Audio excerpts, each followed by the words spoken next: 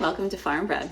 So I love these Swedish cinnamon buns that come in the recipe book for the Ankarsrum Mixer.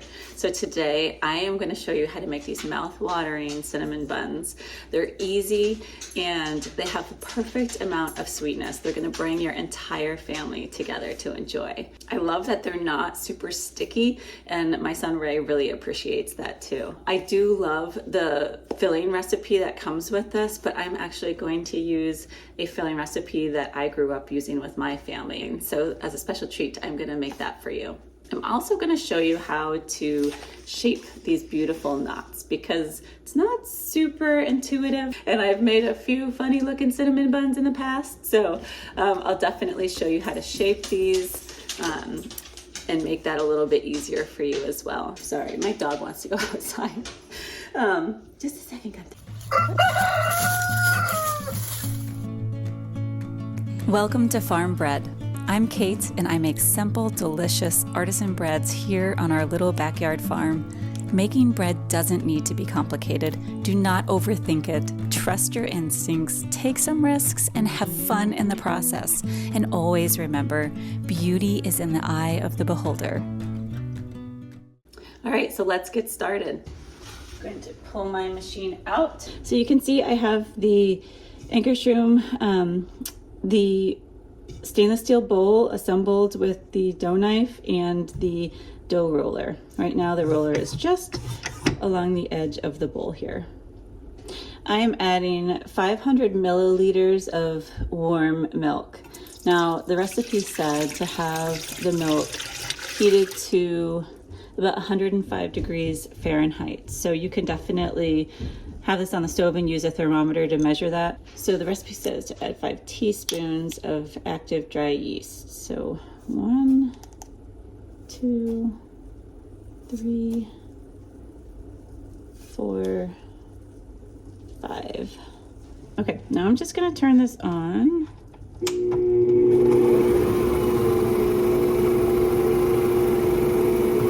And I'm just going to mix this gently together, just so that the yeast is all kind of wet so that it can get foamy.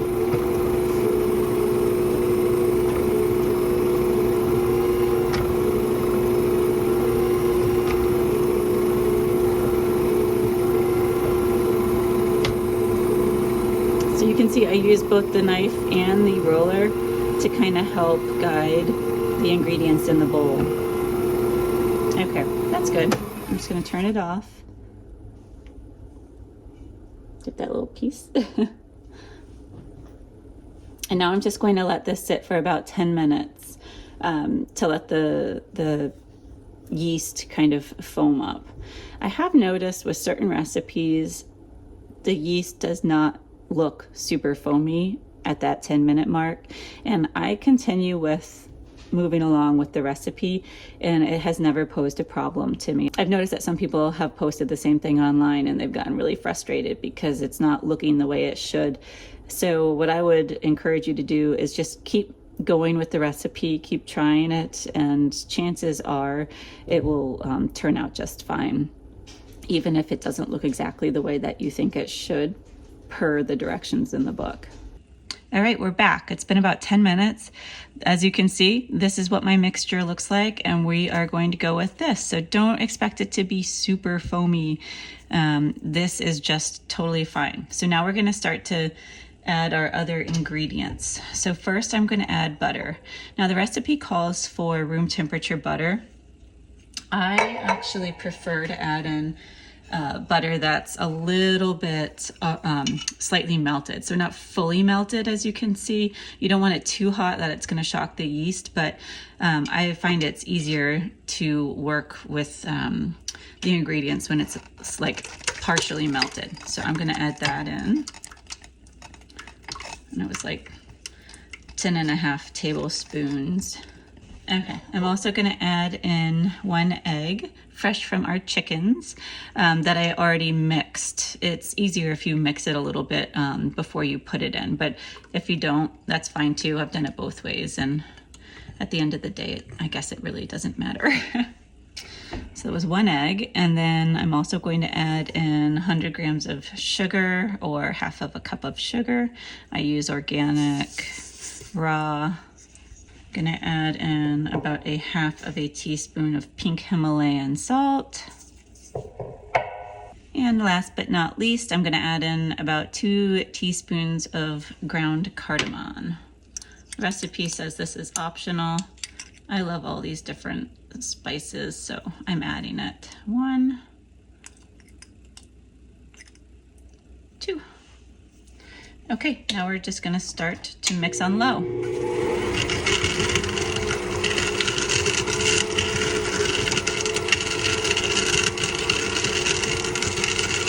Okay, so this is mixing nicely.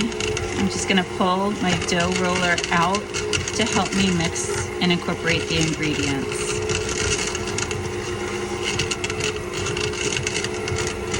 You can also use your dough knife.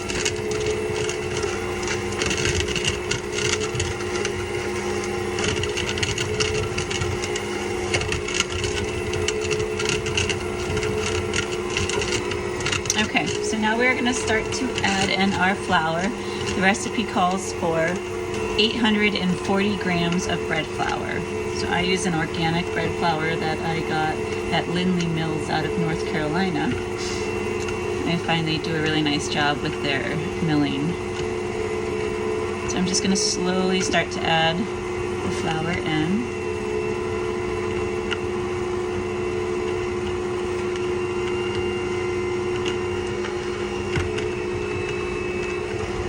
You'll see some chunks of your butter in there. That is totally fine. It will get totally incorporated into the mixture and smoothed out. So don't worry about that. I'm gonna turn the speed up just a hair. Make sure if you turn your mixer up, to add the flour really slowly, because you don't want it flying everywhere. Just pull the arm in just a little bit to help incorporate the flour.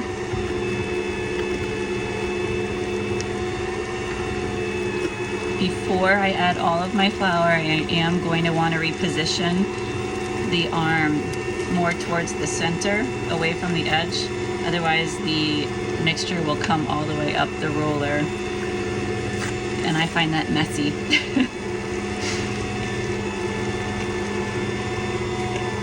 So here you can see it's starting to rise up. That's when I like to pull it in, and I'll reposition it a little bit. There we go.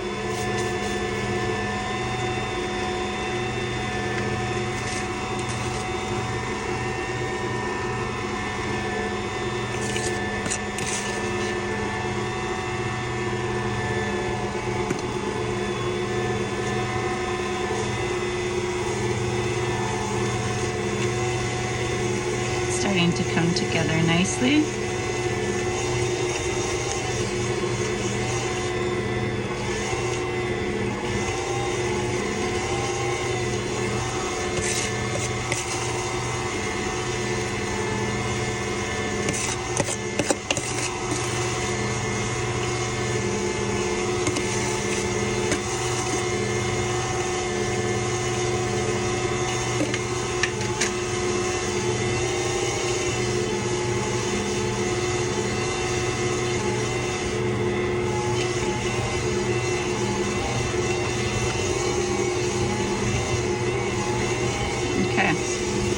Start to pull it into the center more, and I'm going to turn the speed up.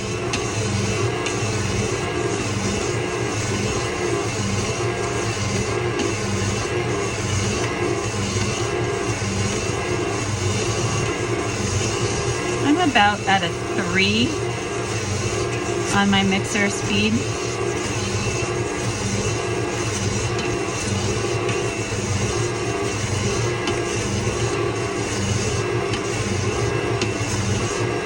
I'm just gonna put more in the center.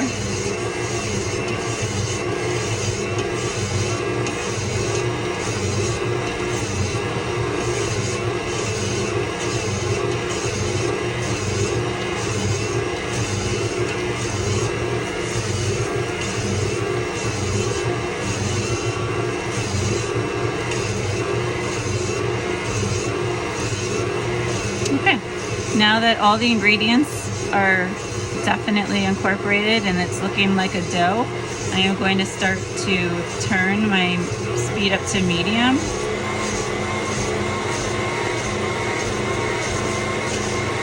And I'm going to set the timer for 5 minutes.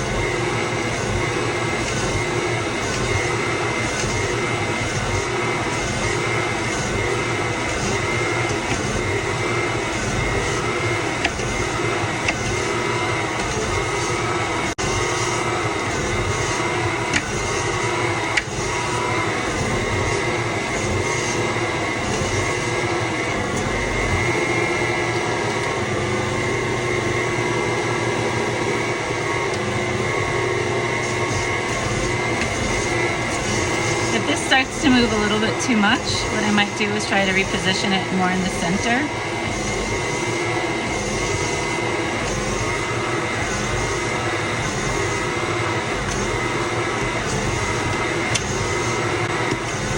The arm is supposed to be able to move, so it is important that there's some flexibility here and movement.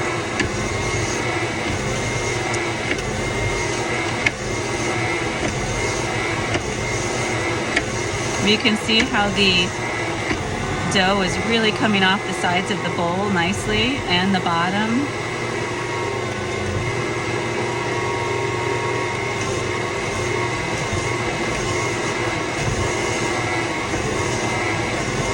And I'm just going to reposition this a little bit more in the center.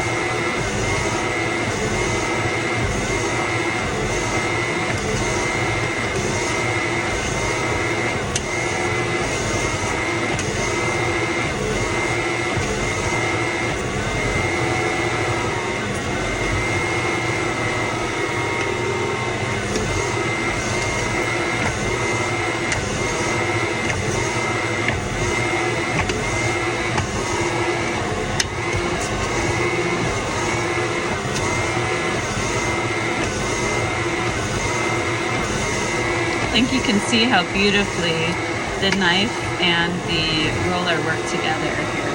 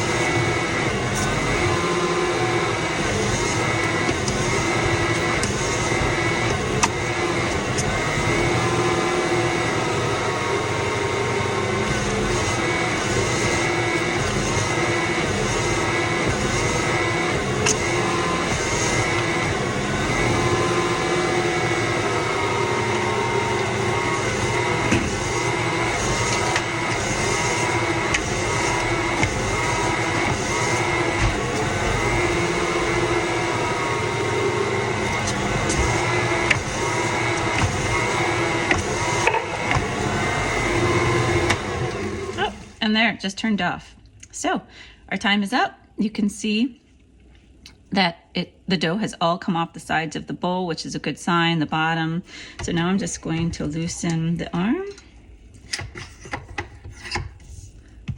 It's a good sign when there's not much dough. It's just kind of stuck at the top from when it was mixed, but when it's come off the roller, that's a really good sign that it's looking good. And same thing with the dough knife. There we go. Beautiful. See how clean that comes off? Okay, so now what I typically will do is move my Ankarsrum back, take my bowl off. Okay, so we have this kind of shaped into a little bit of a ball, and now we are going to cover it and let it rise for 40 minutes. So I will see you in about 40 minutes. In the meantime, I'm gonna wipe down my Ankarsrum mixer, and I'm going to clean all of the bowls and tools that I've used so far. So it's a great use of your time to clean up as you go. Okay, we are back. So let's take a look at our dough. Wow, it has risen beautifully. You can see the beautiful cardamom specks, which I think just look amazing in there. So now what we're gonna do is turn this out onto our surface. Now, I tend to notice that we don't need to have a super floured surface. So I will just add a little bit of flour. I'll dust the counter with flour first, and then I will turn this out. I don't want to put too much flour on my surface. Push this back.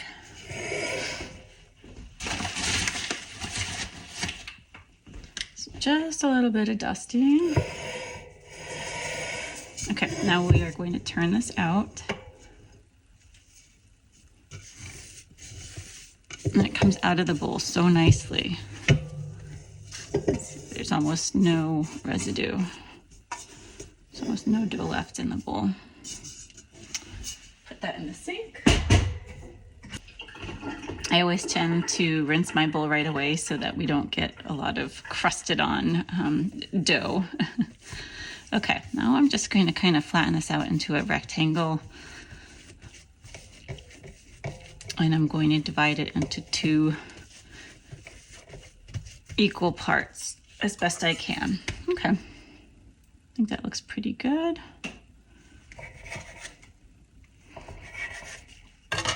Okay, now we're going to take each rectangle and shape it into a 17 by 12 inch rectangle.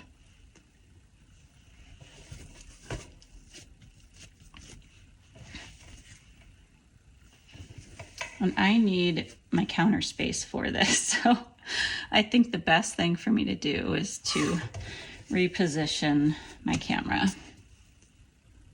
Okay, so just gonna add a little bit of flour underneath, and then I'm just gonna roll each rectangle out. So we want each rectangle to be roughly 1 foot, so 12 inches by 17.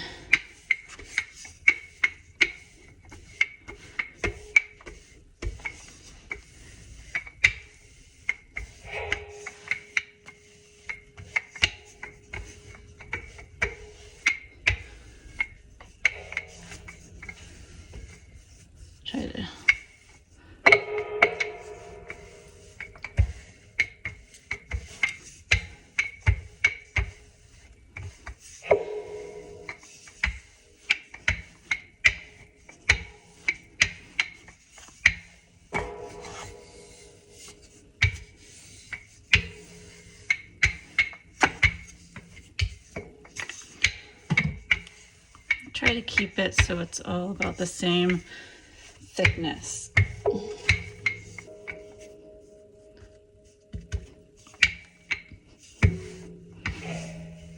Okay, and then when you think you are good,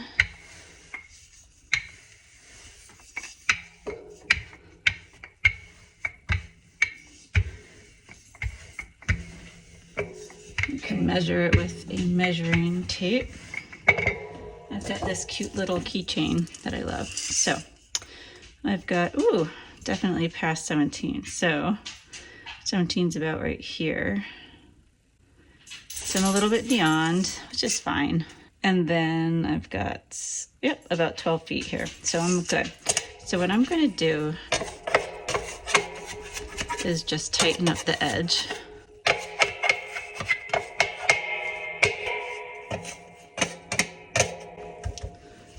It doesn't need to be perfect, just, you know, around that.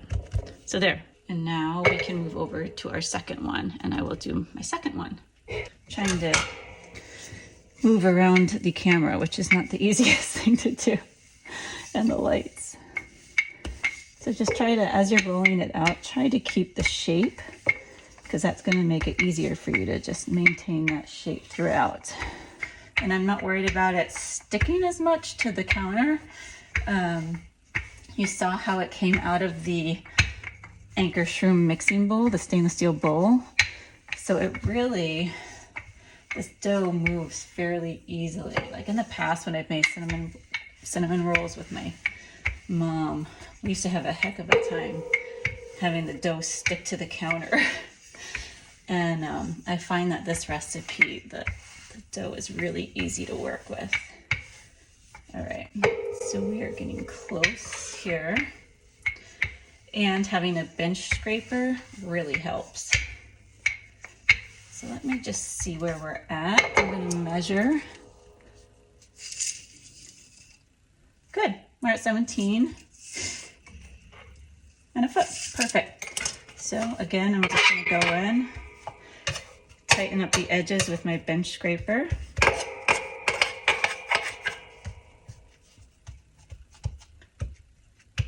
There, perfect. Okay, so now we have both of our flat rectangles and we can add our filling.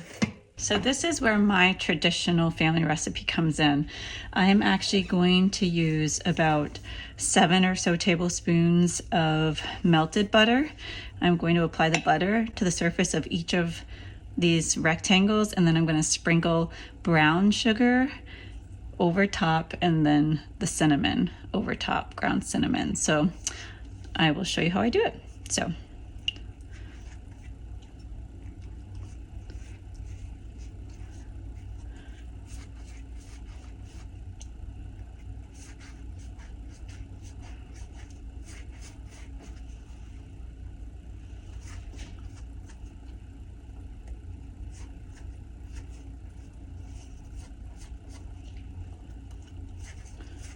just a nice coating so that the brown sugar has something to stick to.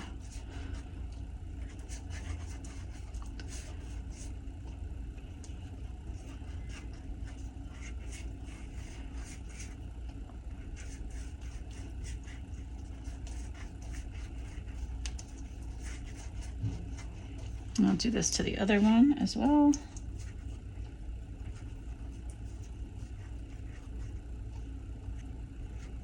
Yep, okay, so yeah, we really only needed about 6 tablespoons to go over both of these rectangles. Now I'm going to come in with my brown sugar and I'm just going to sprinkle it evenly over the rectangles. Just like a nice coating for that sweetness that you have with cinnamon buns.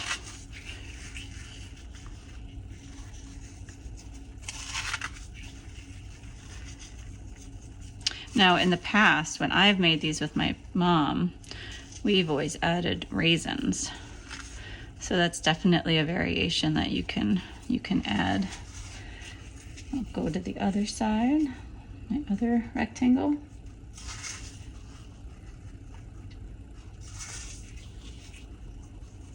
If you add too much brown sugar, then you will notice it's harder to shape the knots and that you'll lose a lot as you are shaping the knots. So you really don't want too much.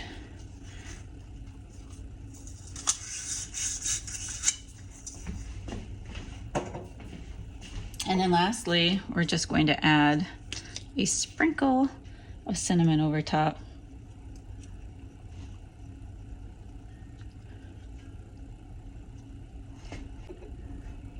Okay, So now comes the fun part, the shaping. So what we do is we are just going to kind of get your bench scraper underneath so that you can lift up the dough. And we're gonna just pull it down in half. Easy peasy. So we'll do that to both sides.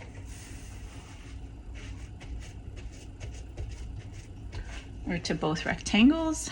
Okay, so now to shape, we are going to cut each of these into about a centimeter wide. I do maybe 1/2 inch to 3/4 of an inch wide strips.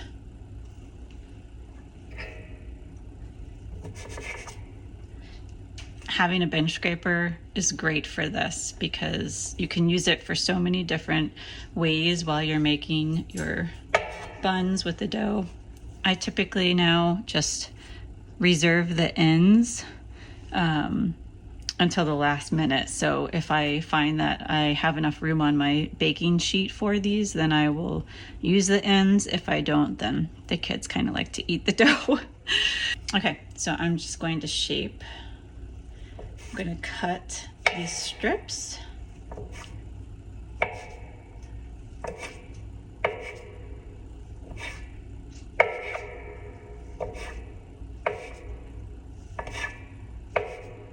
I love this. I think it gives these cinnamon buns such a beautiful shape, and it's so different from your traditional cinnamon buns here in America. And this makes a lot. As you can see, each one of these is going to be a cinnamon bun. They're not too big. The perfect size.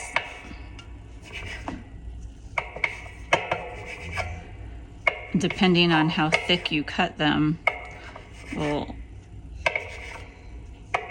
give you the yield. So if they're thicker, you'll have less. Thinner, you'll have more.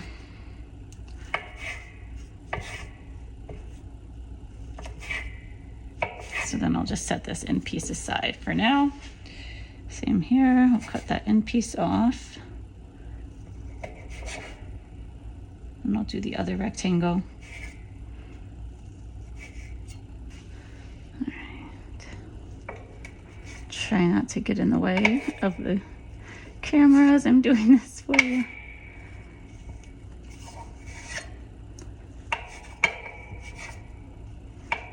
And if they're not perfect, don't worry about it because you'll be twisting these. So it really doesn't matter if, you know, one end is a lot thicker than the other or they come apart a little bit.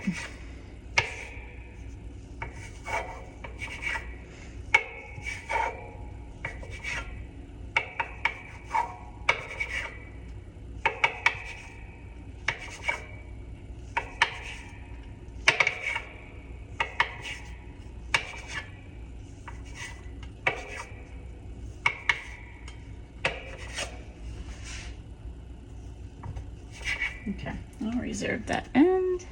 So now that we've done both sides, I'm going to get out a baking sheet. So I like to use a baking sheet that has one of these mats on it. I find these are really nice and easy to use. Nothing really sticks to it, so that's great. So I have another one right here. So as I'm knotting these up, I'll be placing them on my baking sheet. Okay, so we're just going to take this and then you just twist it, pull the end through like so, and then set it down on your pan. Twist it, pull the end through, set it down on your pan. Twist. See how this is what generates that beautiful kind of striped knot shape look. And I typically try to squeeze in about as many as I can. So I'll do, right now I'm going to do a row of 4 at the top.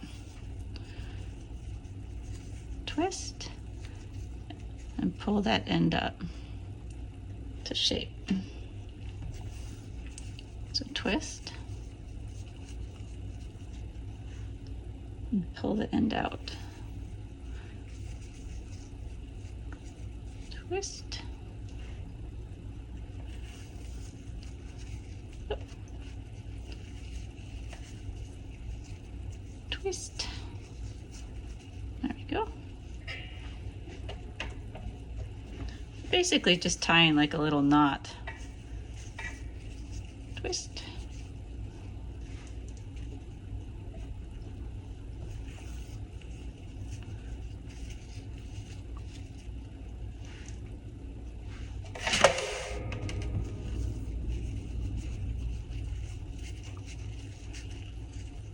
Because you want that beautiful swirl kind of look.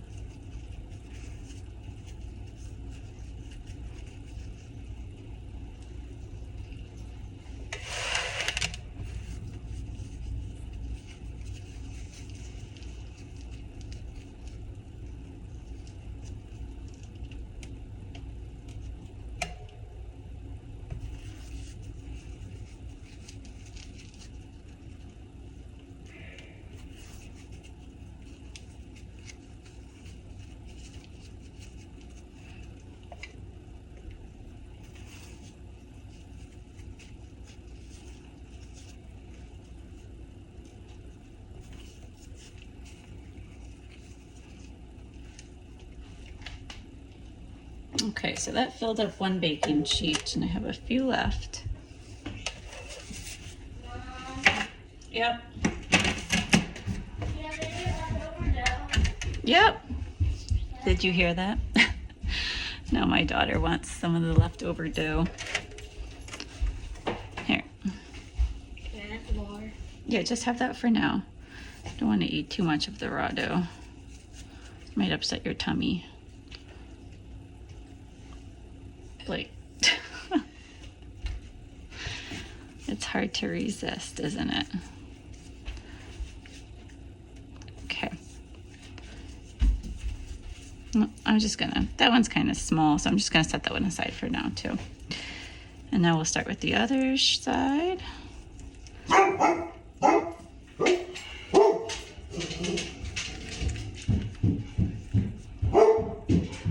Mailman.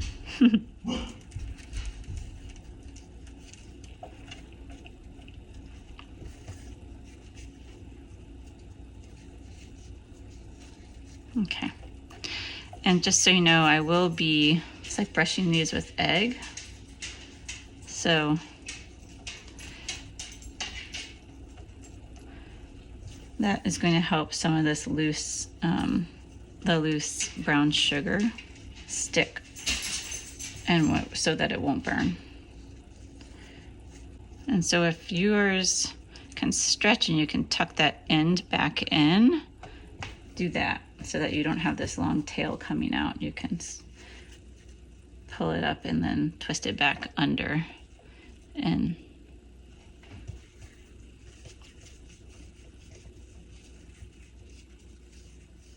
see how that comes out, and then you just push that one back down into, whoop.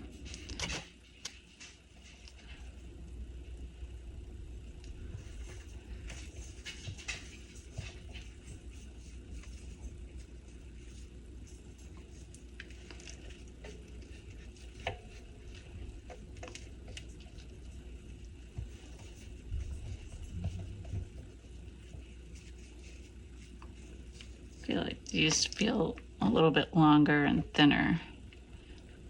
Might need to move these up a little bit just to fit everything.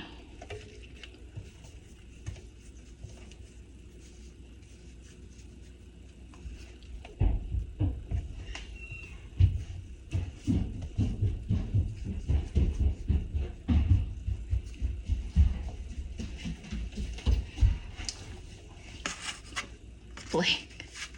Don't eat too much, okay?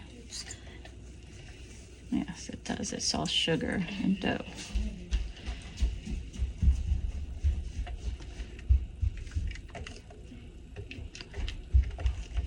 These tiny ones up here, you can really fit a lot and just squeeze them in.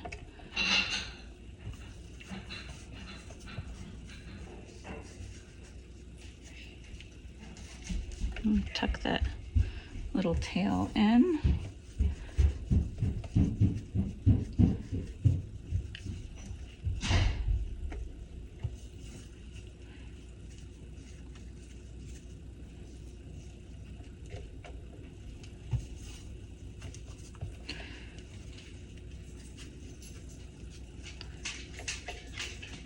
All right, so I'm gonna adjust the ones up here just a little bit so that I can fit everything.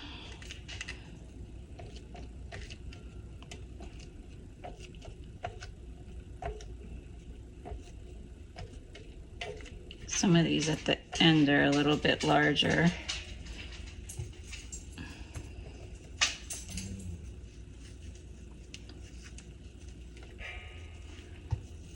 And then you could always do another sheet. If you have too many, just do another sheet.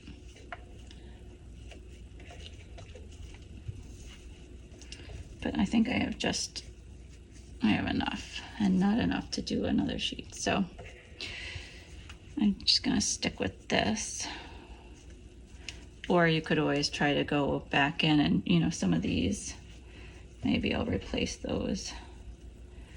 Let's see how big this one is. Yeah. Or you could add them together. This one's pretty small. So what I might do is just take this out, and twist them together and make one big one. Like so. There we go. And then this one's a little bit larger. Flip that one back in. Maybe redo that one. This one's kind of tiny too. So I think I'll put these together. Twist them. There we go. Like so. So play around. There we go. Nothing needs to be perfect. I have some smaller ones, some larger ones, but okay. And then just a little bit of leftover dough. Okay, so now you can see we've got 2 whole trays of our beautiful knots. I'm just going to cover these and let them rise for about 40 minutes. I'm also going to start to preheat my oven to about 450 degrees. Now the recipe book says 435 degrees Fahrenheit, but I have come to find out that I think that's a little bit too low. So I'm gonna do 450 degrees in the oven Fahrenheit. All right, welcome back. Our buns have rested for about 40 minutes and the oven is preheated. I'm gonna brush the buns with egg, and then I'm going to sprinkle some pearl sugar on top. This is something that I got off Amazon. And it's that, it looks like this pretzel salt, but it's actually a sugar. So I will do this now.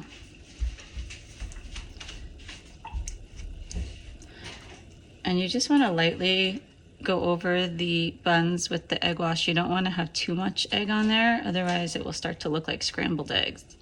It's really just for like a nice subtle glaze.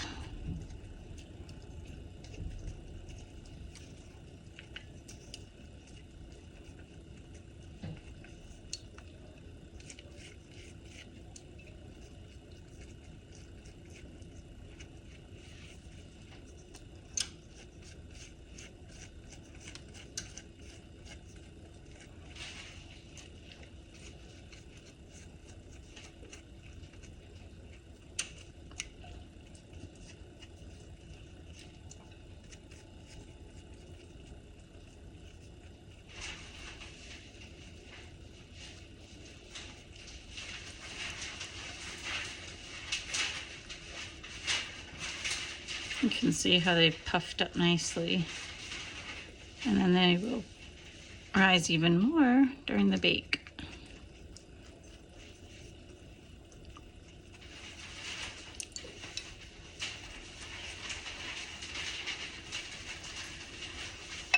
some of the ends have come out, you can just tuck them back in.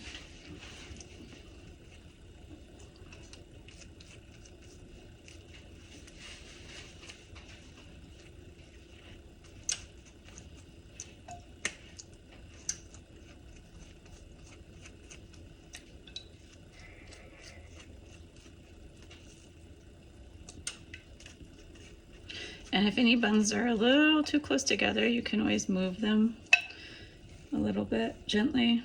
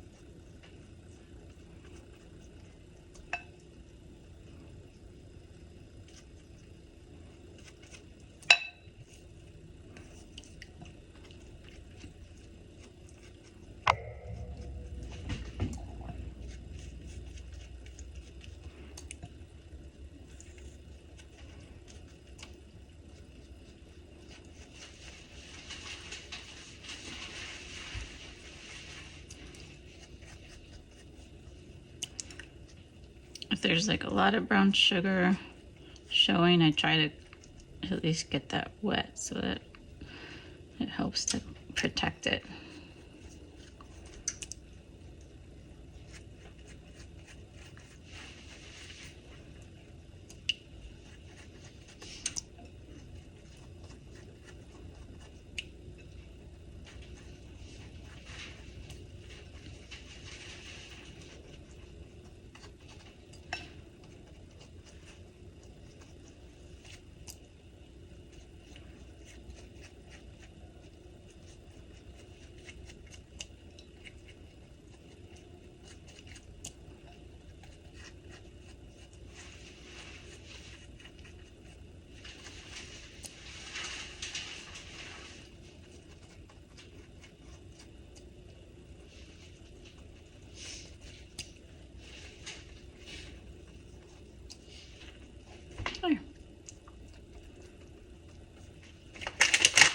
Now I sprinkle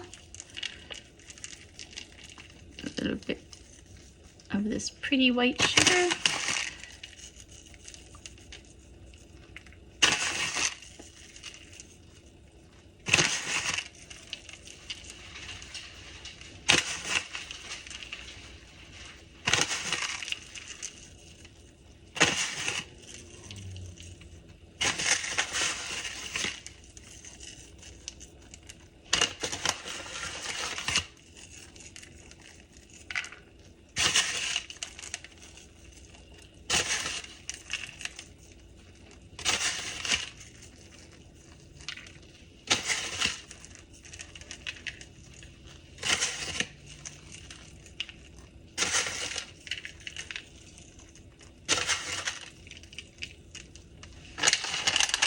Okay, now I'm going to put these in the oven, and the recipe says to bake for about 5 to 10 minutes, which I have found is definitely not enough. I have gone from about 10 to 15 minutes. I think 15 minutes is roughly the sweet spot. So definitely keep checking once you put them in the oven and make sure that they look like that beautiful golden brown and that they look like they're fully done before you take them out.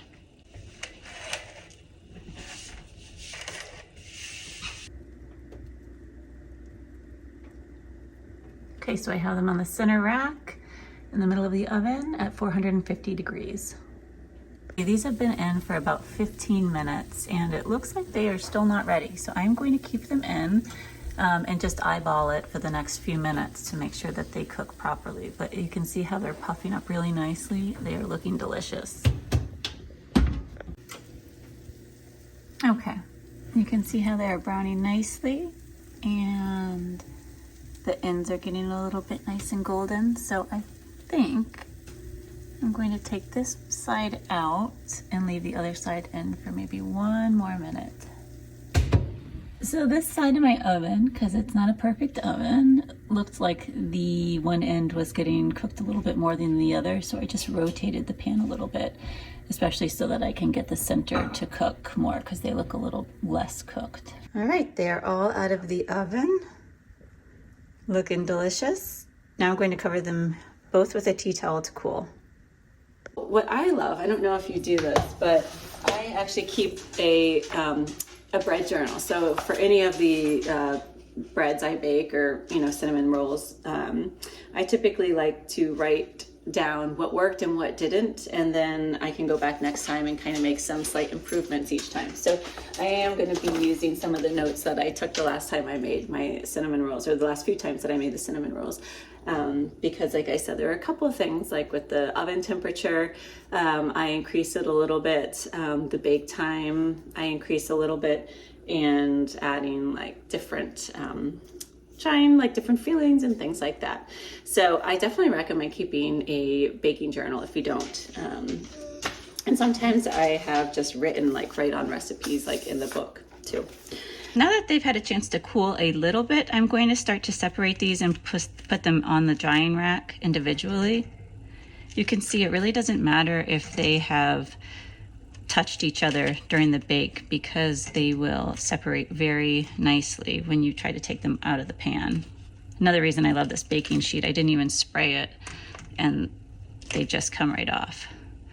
You can see the bottom isn't too browned. I have in the past had an issue where I didn't have them on the lower, or I had the buns on the lower shelf, and they did get a little bit too browned. So I would definitely recommend making sure that you're baking them on the middle at the lowest, so that they don't get too browned. Look at this. Nice caramelized on the bottom. Don't these look so incredible?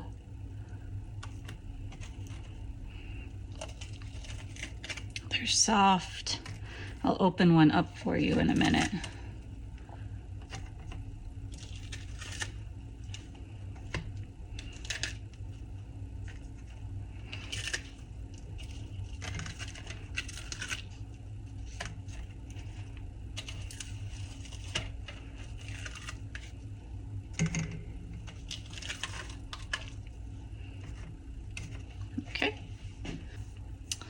And now I will move this over, and we've got this one to do next. These were a little bit closer together, so I'm being very gentle. But you can see they separate really easily, so you really don't need, it's okay if they're really close together while you are baking them.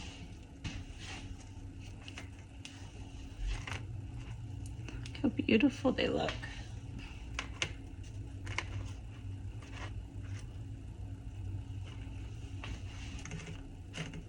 All right.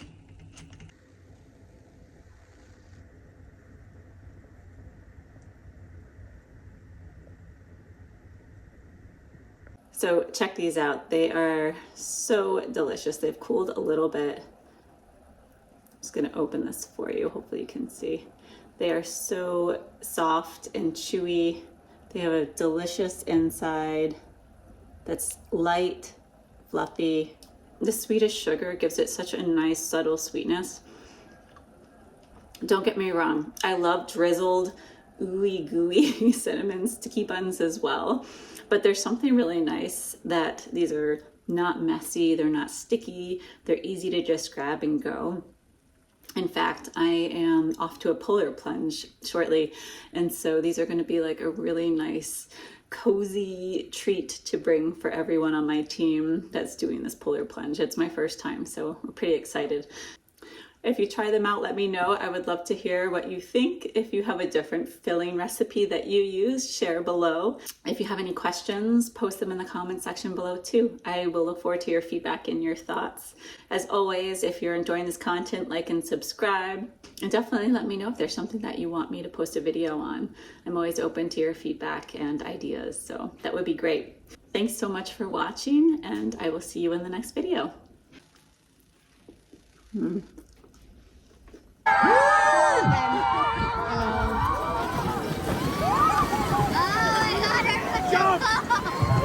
blue guy, just jump! Oh my Lord.